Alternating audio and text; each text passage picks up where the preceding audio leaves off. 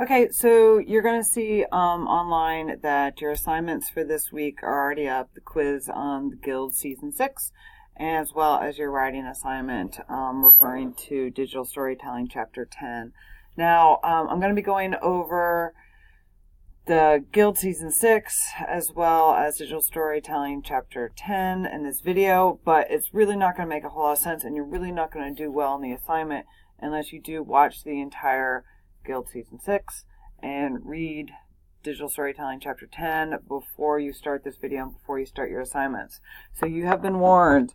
Pause the video now. Go do that before you watch the remainder of this video. Okay, so by watching the rest of this video, you have agreed that you have already read Digital Storytelling Chapter 10 and the Guild Season 6. Because we're going to be going over some points here, but you're going to need to know a lot more than that in order to successfully pass the assignments for this week. And so this is basically a review and some highlights for you to focus on, some tips and tricks for your assignments. Now, do note that we are getting here towards the end of the semester. Here, I'm going to move this screen down a little bit. We just have 4 more weeks, and so the assignments are becoming more and more focused on your final project. All of your assignments over the course of the semester are building towards this final project, but you're really going to want to be thoughtful about this one.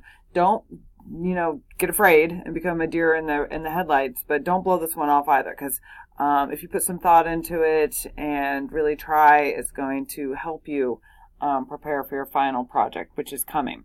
Okay? Okay, so in Digital Storytelling Chapter 10, there's a couple graphics that we're going to be focusing on throughout this video, but also want to note how on the very first page of the chapter, Miller reminds us that digital transmedia storytelling is a different approach to storytelling. And in this new approach, at least some of the story is offered on an interactive medium so that people can participate in it. And then she reminds us that we've already discussed this type of storytelling in chapters 2 and 3, this transmedia approach to the narrative. And so, again, like all these chapters have been building upon one another. And so those of you who have been really paying attention all along and doing the homework, this chapter is going to be even easier because parts of it is going to be review. But we're reviewing with the eye to expand upon these concepts. So before we were just learning about them, now we're going to be learning about them and then applying them. And you're going to be coming up with some creative ways to interpret these lessons that you've been learning about. Okay, so I want to draw your attention to page 163 in the textbook. And I'm going to leave this image up here on the screen as we discuss page 163 and wrap it all up together towards the end. So you'll notice that this bullet list exists on page 163. And what this bullet list does is it lists the 7 components of the transmedia approach. So point number 1, there needs to be more than one medium, and usually there's 3 or more. Now, if we think about the Guild, we have the web series, which is the primary text of that transmedia story. But we also have the comic book. We also have the produced music videos that I've shown you and we've talked about. We also have the real life events, where the actors show up at conventions, as well as social media. So in the Guild, there are at least 5 platforms that they're working on. Web series, comic book, music videos, real life events, as well as social media. So point number 2 is that these mediums need to at least partially be interactive. In other words, you need to have some place where your user can actually participate and contribute content or feedback or something. And what we see at the Guild, how they integrate user activity is in the comment sections beneath the videos. Also, there's a lot of activity on their Pinterest boards and Reddit feeds. That's just 3 examples of the way that the users can be interactive. So they can actually type up information via their computers, tablets, or phones, or pin things, share links, come up with new ideas for the story on those 3 particular kinds of mediums, and then interact with the Guild. Point number 3 is that the different components need to expand from the central narrative. Now this is important because you don't want to think about the 3 mediums as being separate entities that don't actually relate to one another. You'll notice in most transmedia storytelling that the producers and the writers will push out information right on various mediums, like on, say, their Twitter feed or on their Reddit channels, right after they've released, a new episode, for example, with the Guild that supports what happened in the series or reflects on what happens in the series, so that the users will say, okay, we're going to actually make comments that relate back to the central feature. And that way they make sure that the narrative doesn't spiral out of control and start developing in parallel ways instead of ways that are braided together that help to create one large narrative. So point number 4 relates directly to point number 3, which is the components need to be closely integrated in order to make sense.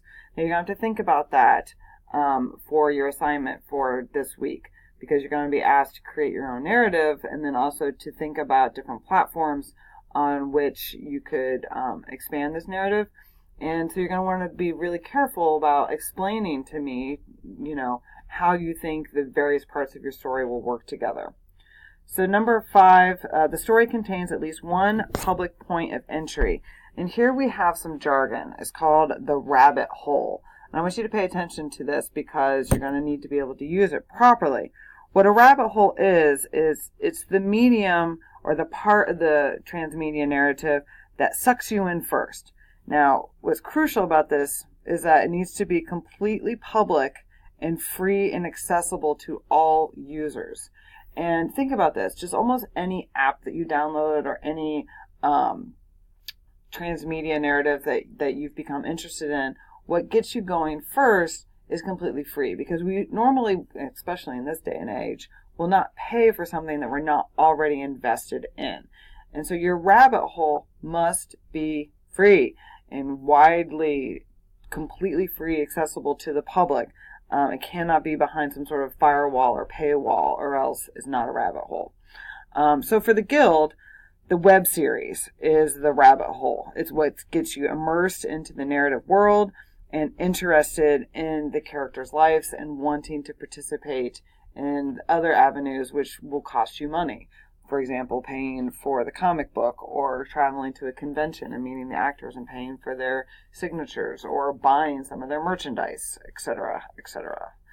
Or investing your time. A lot of the fans of the Guild invested a lot of time developing, merchandise for the Guild for free, developing the intros. You'll notice in season 6 there is a very high level quality of the intro, very much higher than where they started. And these are things that people are contributing, and that's a form of payment. So then we go on to the cheese holes. Now, cheese holes, first we have a rabbit. Now, cheese holes should make you think of a mouse. And what a cheese hole is where the producers, the directors, the writers actually poke holes into the story and ask your participants to participate. In other words, they want your users to fill that hole. And these are ways that the people who are writing the web series transmedia series are trying to increase interaction and to keep their users interested in developing the story. So again, for the Guild, where that really plays out is the social media sites where they're expanding to the story or adding to it. Also, that's a place where the characters can and have talked back to users or taken their suggestions and integrated it into the web series itself. And so one of the things is that we're going to be watching, I'm going to be giving you some examples from season 5, because season 5 still had the annotations. In season 6, they didn't have the annotations because they pretty much weren't worried anymore about keeping their fans invested, because that was the last season. They knew they weren't going to do anymore. They didn't need to poke any more cheese holes into the narrative. So we are going to be looking back at season 5, because season 5, they were still planning on how to keep their users invested and sticking around for season 6, which they knew they were going to be doing. By season 6, they're kind of like, we're out of here, so no more cheese holes. And then number 7 on page 163 is there must be some sort of gaming element. And now I don't want you to be thinking about gaming element as it has to be, some sort of big involved World of Warcraft sort of game.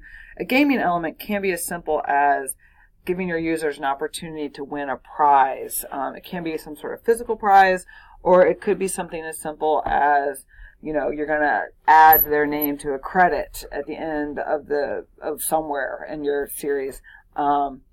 By if you contribute, some art, or if you contribute an idea, or if you can kick in some money, or they might, if they say something like, put your ideas down below and we'll integrate it into the story. Or it can be, if you had the funniest comment on this, or you can tell the greatest joke, we'll actually name a character after you, or say your name live on air, or something like that. So a gaming element can be anything where you're going to win some sort of prize. You have to do something and then you win a prize. Okay? So these are really important points on chapter 163 for you to think about as you're progressing through with your assignments this week. Now, this particular image here reminds us once again that your platforms for digital storytelling, what they're saying here, integrated media, doesn't always have to be just new media.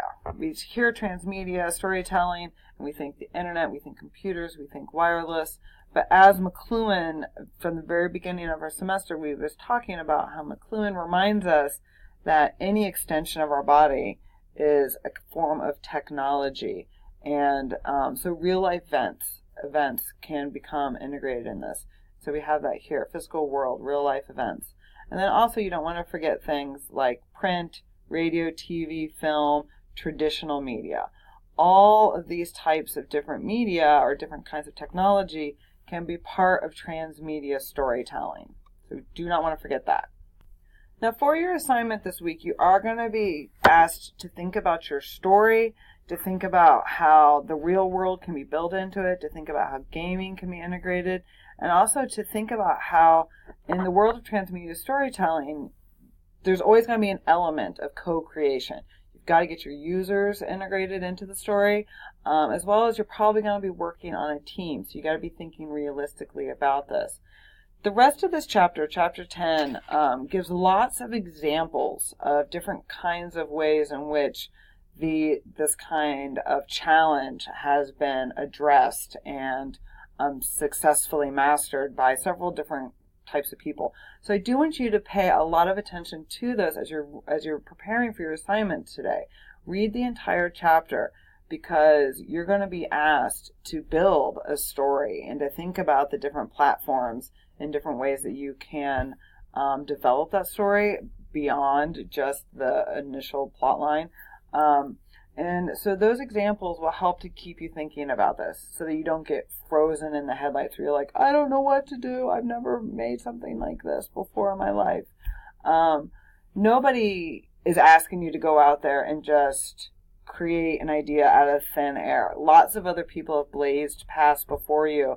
And the way that this course is built, you're given lots of examples on that of people who've done it successfully, people who've not done it successfully. So take advantage of these resources. Read the chapter, watch the guild, think about the examples that I've already given you and that are coming in the next video, which will focus on season 5. But the reason why I do that is because there is a lot more user interactivity built into that one.